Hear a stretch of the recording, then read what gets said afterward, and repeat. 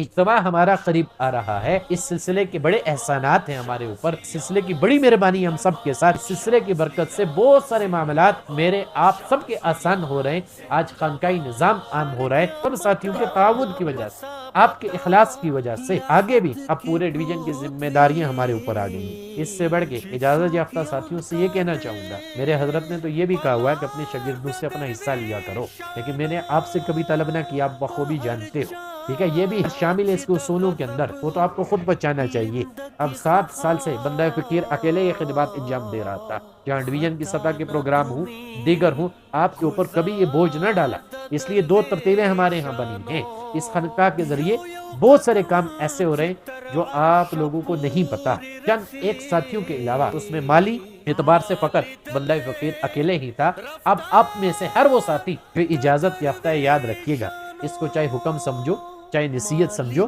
چاہے استاد کا حق ادا کرنا سمجھو، وہ ماہانہ جو ترتیب آپ کو دی گئی ہے، چاہے یہاں ہوں یا بیرون ممالک والے ہوں، بیرون ممالک والوں کو تو اللہ نے اتنا دیا ہوا ہے کہ ایک ساتھ ہی وہ 4-5 مہینوں کی جو رقم ان کے ذمہ خانقاہ کی لگا گئی ہے دے سکتے ہیں۔ اس کے علاوہ سالانہ جو اجتماعی فنڈ ہوتا ہے 7,000 روپے، ہمارے سلسلے کا ہر ساتھی جو صاحب نصاب ہے، جس کو اللہ نے نوازا ہوا ہے، وہ تو ضرور دے، اگر اس سے زیادہ بھی کر سکتا ہے تو میری ذات کے اوپر نہیں، وہ اس نے سلسلے کے اوپر لگانا ہے، جہاں اللہ اپنے نام کی اس کو توفیق دے رہا ہے، اگر اس کا مال بھی وہاں لگ گیا تو یاد رکھنا، تو قرآن حکیم بھی یہ بیان کر رہا ہے، لن تنالوا البر حتى تنفقوا مما تحبون، کہ جب تم اپنی عزیز شے کو قربان کرو گے تبھی نیکی کے کمال تک پہنچو گے، تو یہ نیکی تو آپ کر رہے ہو اللہ اللہ، لیکن کمال تک اگر پہنچنا چاہتے ہو تو یہاں اپنا مال خرچ کرو، اپنا مال لگاؤ، اس کے اندر کنجوسی مت کرنا، اس کے اندر سب ساتھیوں نے